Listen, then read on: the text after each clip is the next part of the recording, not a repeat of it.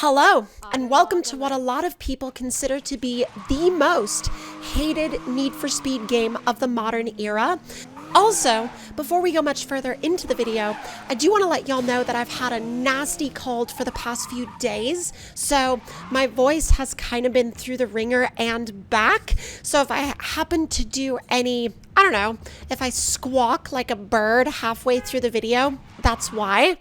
But before we get into the reasons that I personally think this game is not as bad as a lot of people make it out to be, let's start with my least favorite Need for Speed game or modern Need for Speed game, and it is this one. And I want to go ahead and apologize in advance to all of the Need for Speed Payback enjoyers that are watching right now, because it wasn't that it was a terrible game, and if you liked it, that's entirely valid and understandable. But for me personally, that game just never drew me in. It never made me feel immersed in the world, and it never gave me anything that I necessarily wanted out of the experience. Whereas this game, on the other hand, gave me a lot more of what I wanted, in the sense of, yeah, maybe it wasn't a classic Need for Speed title, and maybe the physics drove more like a Burnout game, and yes, maybe the world felt more like Burnout Paradise than like a Need for Speed game world, but it still kept pulling me back in, not because of a story, but because of engaging gameplay that was always both fun and never necessarily it got old after a while, and then you had to take a break from playing it and then switch to something else, but it never got particularly boring. Which, on that note, that was something that I found to be a particular issue with Need for Speed Payback, because I got so bored in that game world, it was ridiculous. However, let's go ahead and move on into all of the reasons why I think this game is worth playing, especially if you haven't played it before. Now, you can get really good deals on this game kind of everywhere at the moment, so it's honestly, if you get this game for like $5, $10, $15, it's well worth a $5, $10, or $15 experience, in my opinion. Now, one of the reasons, and at least one of the primary reasons that I think it works as well as it does, is that it keeps the action going all the time. And that's not to say that it's like constantly throwing stuff at you. Like, you can remove yourself from that constant action if you want to. It's not it's not like it's constantly throwing things from all sides and making you feel overwhelmed. But, you are obviously in control of that experience. However, there's never a lack of fun things around this world to do, like around this game world. Now, I'm sure someone's going to say in the comments, well, but once you finish once you beat everything in the game, then there's nothing else to do. And I've never quite understood that, because I'm like, well, you beat the game? Congratulations. I don't know what you were expecting the game to do, like give you a new game plus. I mean, it's Need for Speed, not Skyrim.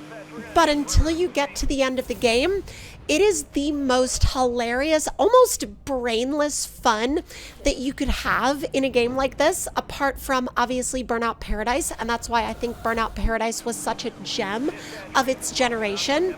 And maybe, just maybe, the fact that I enjoyed Burnout Paradise so much also contributed a lot to why I enjoyed this game.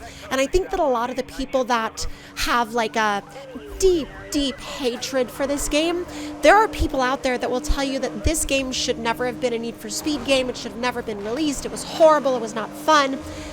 And I think that a lot of those people just didn't like Burnout Paradise, or either potentially they felt like this game was sort of the quote-unquote, and I've seen this phrase used in a lot of different places in reference to this very particular generation of Need for Speed games, where a lot of people consider this to be the quote-unquote beginning of the end for Need for Speed, or like the beginning of Need for Speed's modern downfall, which is so dramatic. And I've noticed that I think in the racing game community in particular, people seem to really latch onto those phrases, or rather latch onto those positions of, oh, insert game here was the best one in the entirety of the series, and everything after that was downhill. And I think that it gives them something to feel like they have ownership over. It gives them something to feel like they have power over, because then if someone likes any of the other games after that, well, simply all they have to do is just assert themselves and assert that they know what the real gems of this series are, and anyone after that is just not a real fan. And not only are you not a real fan, but you also clearly just have no taste in racing games, and you clearly only like games like this that were only designed for clearly children. That's another one that I've seen be a particular criticism of this game, is a lot of people have said like, oh, well, that game was just, it wasn't really worth it because it wasn't gritty enough. It didn't have any of the themes that we liked from the prior games, and therefore it was designed too much so for younger children. And I think when I first played through this game, I was in my early 20s and I still enjoyed it. Actually, no, correction. I was 18 when I very first played this game, which makes me feel insanely old. I guess I'm just an old lady in the gaming space, because whenever I talk about a lot of these different things and a lot of these different games, it's like, it's so strange because so many people are, at least especially people that are playing racing games now, have never even played racing games from sort of that 2010 to like 2015 era. And the 2010, 2012, 2015 era of racing games was kind of an odd one, because I feel like everybody was trying to figure out what the hell to do. Because 10 years prior to that, you had the likes of Need for Speed Most Wanted 05. You had all of the different games from that era. You had Driver San Francisco.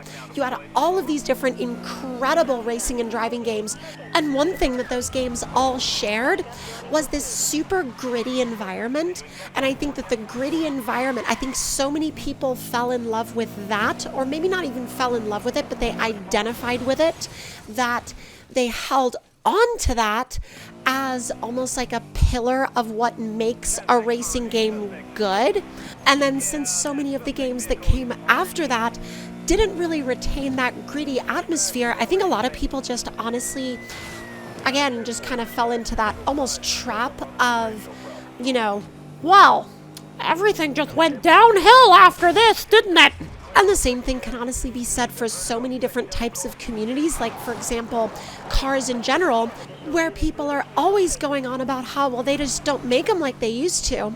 Or even people that will always consider the first 3 Star Wars films to be better than any other Star Wars films that came after that. So it all comes back to, I think, when someone latches onto a particular generation of media, any other media in that series, for a lot of people that comes out after that, will just never be as good because it did not give them the same initial experience. And I think a lot of this goes back to also, and we could go on and on and on about this, is sort of the philosophy around first impressions. And I think the generation of Need for Speed games that made the most, or rather, maybe not even the most, but the deepest first impressions on people were Need for Speed Underground, Need for Speed Most Wanted 05, and Need for Speed Underground 2. And potentially Need for Speed Hot Pursuit 2 as well, because that was the one that made the biggest impression on me personally when I was a kid. And maybe that's why I always had a little bit more openness to the fact that the Need for Speed series was always changing over the years, because my first one was Need for Speed Hot Pursuit, the original, from 1998-ish? Yes, because, no, it was from 1998, because High Stakes was from 1999, and then Porsche Unleashed from 2000, and that, this, that, and the other, blah, blah, blah, blah, so on and so forth. But I think with me having already been used to the Need for Speed series changing over multiple different games, I think that I was already ready for, when Most Wanted 05 came out, I played it, I loved it, I enjoyed it, and then the series changed again. Whereas for a lot of people where that was their very first Need for Speed game, they got really upset when the series changed again in the next installments and coming years. And of course, I would love to hear from y'all in the comments down below. Do you agree with any of the points I've made here? Do you disagree with any of the points I've made here? Do you disagree with all of them? Do you just think I'm stupid? I would be more than happy to hear any and all of y'all's opinions in the comments down below. And of course, I'm sure that there's going to be people that are going to tell me that I'm the reason that the entire world is just, you know, going to end up in hell and all of that fun, good stuff. So, you know, I mean, hey, as long as they have a good collection of PS2 era video games down there, I'll be fine. And with that, that is where we're going to end this video. And I will see y'all next time. Talk to y'all later.